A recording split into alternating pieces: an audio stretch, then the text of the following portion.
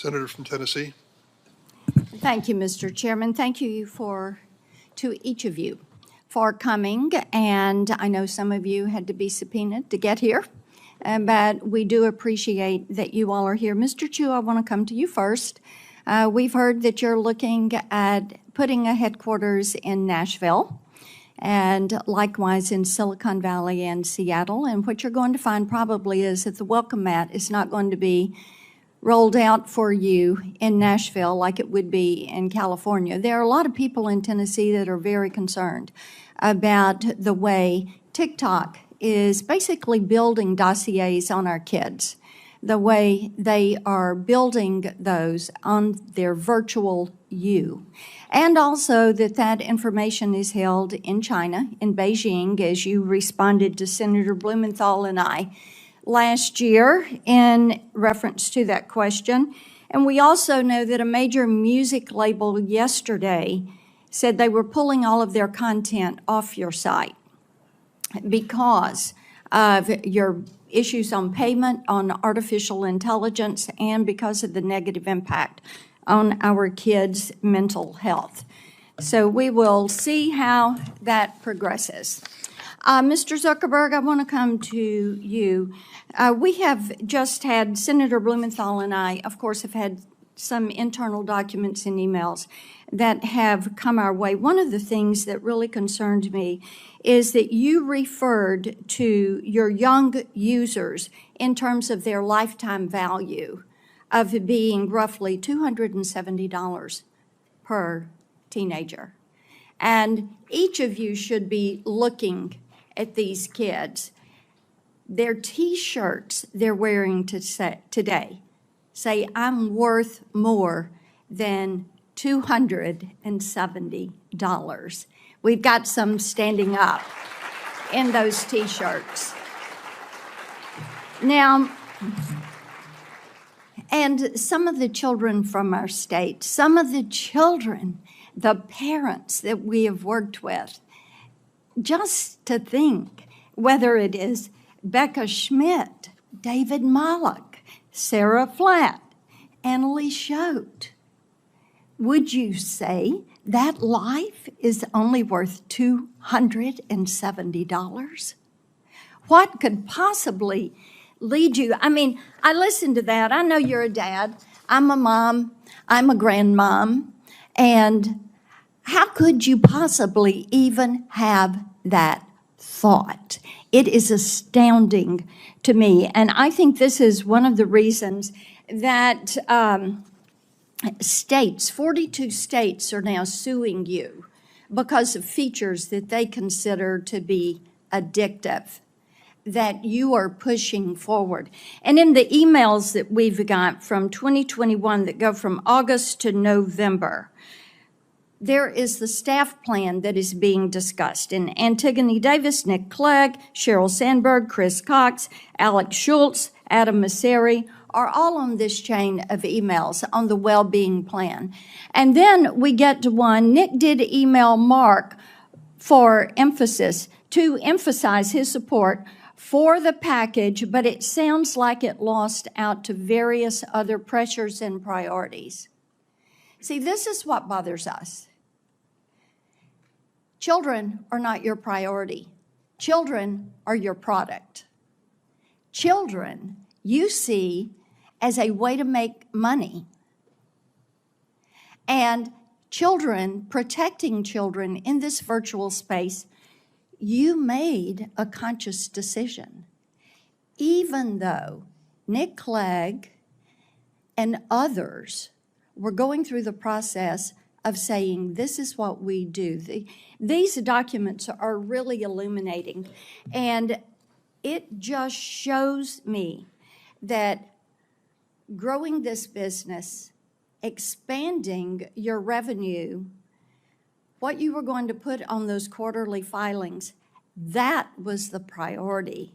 The children were not. It's very clear. I want to talk with you about the pedophile ring because that came up earlier, and the Wall Street Journal reported on that. And one of the things that we found out was after that became evident, then you didn't take that content down. And it was content that showed that teens were for sale and were offering themselves to older men. And you didn't take it down because it didn't violate your community standards. Do you know how often a child is bought or sold for sex in this country? Every 2 minutes. Every 2 minutes, a child is bought or sold for sex. That's not my stat. That is a TBI stat. Now, finally, this content was taken down after a congressional staffer went to Meta's global head of safety. So would you please explain to me and to all these parents why explicit predatory content does not violate your platform's terms of service or your community standards? Sure, Senator. Let me try to address all of the things that you just said.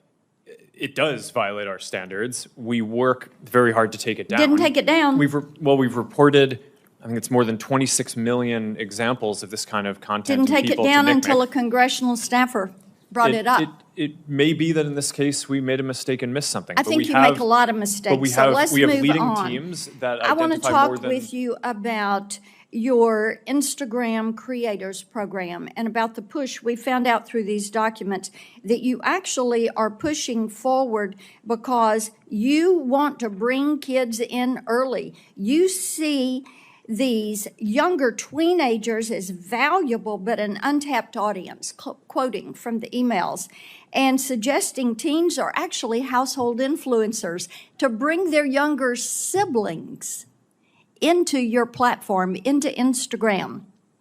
Now, how can you ensure that Instagram creators, your product, your program, does not facilitate illegal activities when you fail to remove content pertaining to the sale of minors? And it is happening once every 2 minutes in this country. Senator, our tools for identifying that kind of content are industry leading. That doesn't mean we're perfect. There are definitely issues that we have, but we continue to invest a ton in it. Mr. Zuckerberg, yes, there are a lot that is slipping through. It appears that you're trying to be the premier sex trafficking Of course site not, Senator. in this country. Senator, that's ridiculous. No, it Senator, is not ridiculous. You want to turn around and tell these people we don't want this that, content on our platforms. And why don't you take it down? We do take it down. We are here discussing. We do we more need work to you take it all down to than- work than- with than- us. than- No, you're not. You are not. And the problem is, we've been working on this. Senator Welch is over there. We've been working on this stuff for a decade. You have an army of lawyers and lobbyists that have fought us on this every step of the way. You work with NetChoice, the Cato Institute, Taxpayers Protection Alliance, and Chamber of Progress to actually fight our bipartisan legislation to keep kids safe online. So are you going to stop funding these groups? Are you going to stop lobbying against this and come to the table and work with us? Yes or no? Senator, we have a... Yes or no? Of course we'll work with you on the legislation. Okay, the door is open. We've got all these bills. You need to come to the table. Each and every one of you need to come to the table. And you need to work with us. Kids are dying.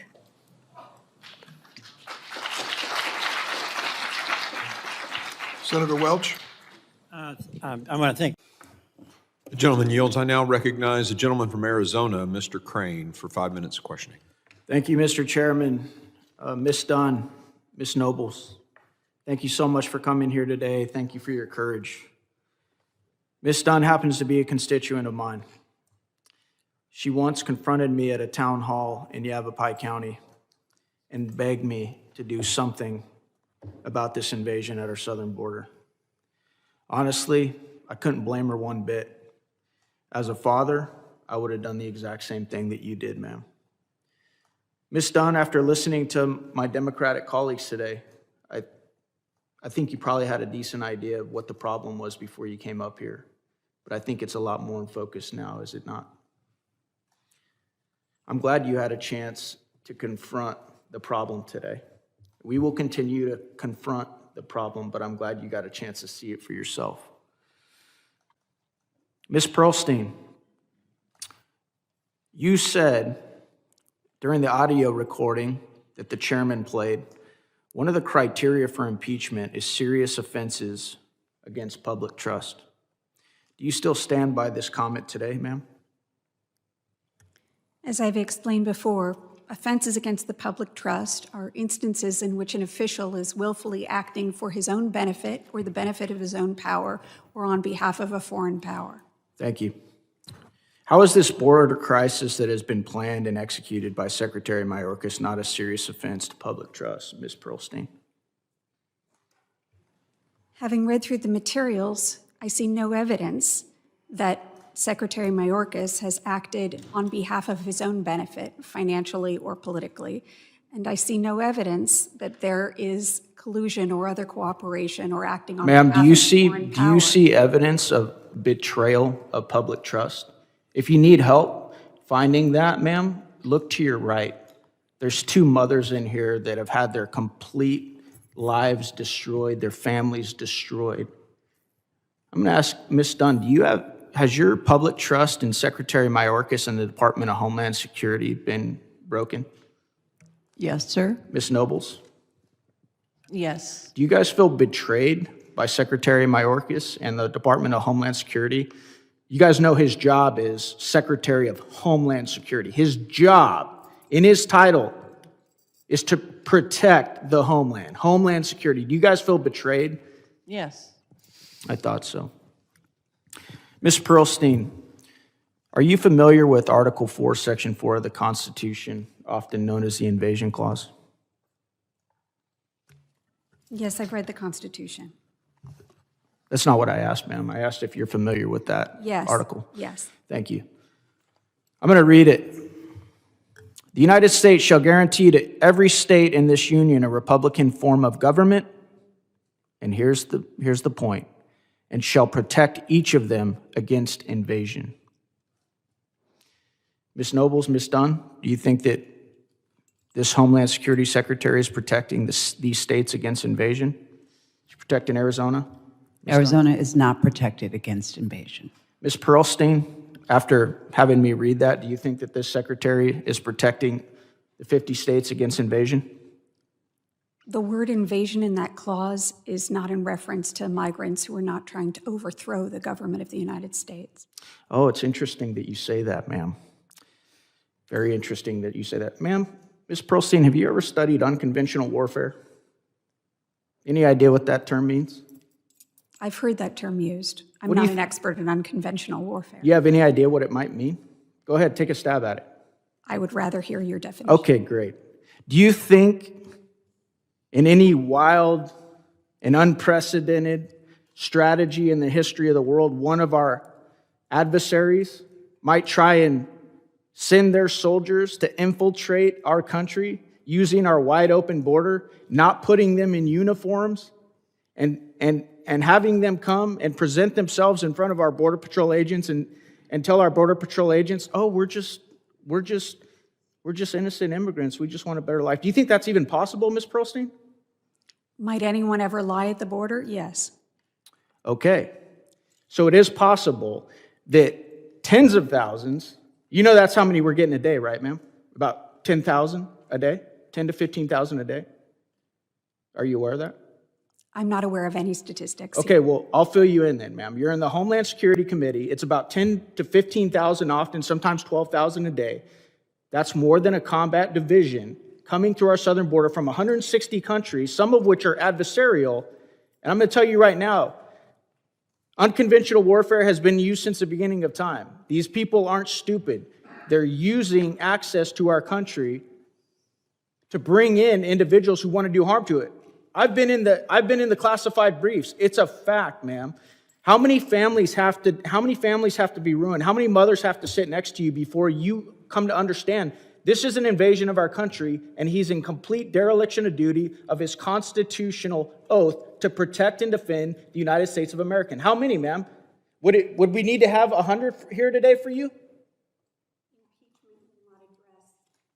Impeachment will not address the policy problem you describe. That's not a policy problem. That is him completely derelicting his oath to protect and defend the Constitution of the United States. I read you the invasion clause. He is not doing that, ma'am. He's in complete dereliction of doing it in accordance with the other laws that other committee members have read to you today. And I think it's sad. This shouldn't be a partisan issue at all, and you know it. I yield back. The gentleman yields. I now recognize Ms. Titus, the gentlelady from Nevada.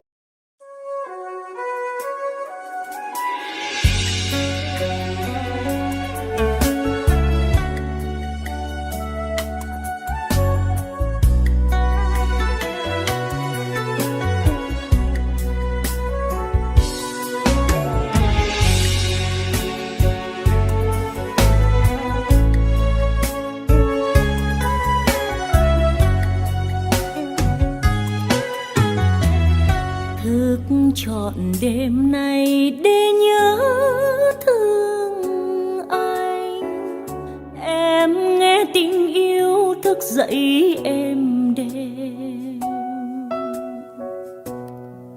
nhớ từng nụ cười ánh mắt, nhớ lời ngọt ngào âu yếm, tóc em thơm giấc ngủ dịu.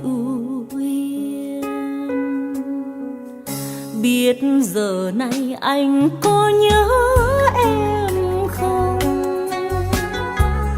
Có nghe tình yêu thức dậy trong lòng? Đêm từng màu thời gian đến, bóng hình người mình yêu mến. Ôi nhớ gì hơn nhớ người yêu.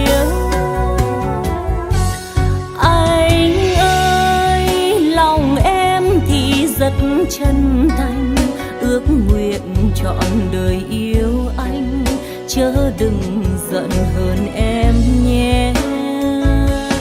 Anh ơi đừng bao giờ nói chia lìa, sẽ làm tội nghiệp em lắm. Đã thương nhau chớ phụ tình nhau. Thức trọn đêm nay để nhớ thương anh. Sương rơi lạnh câm cạnh vật im lìm. Ước gì mình đừng ngăn cách, ước gì nhà mình chung vách. Hai đứa mình thức trắng đêm nay.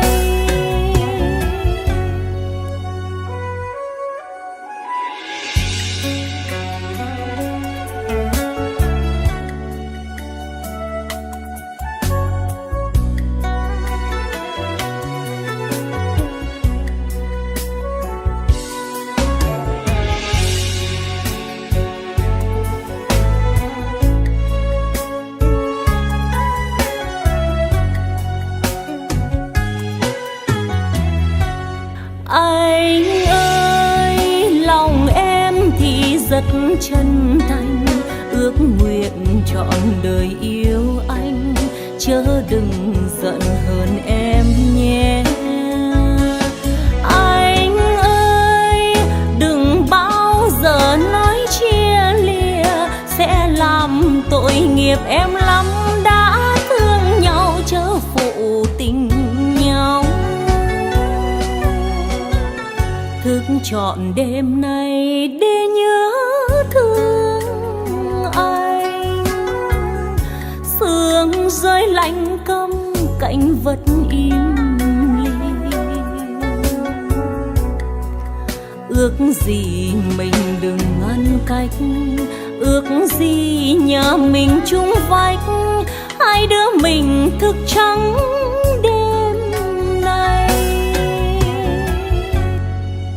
Ước gì mình đừng ngăn cách, ước gì nhà mình chung vách. Hai đứa mình thức trắng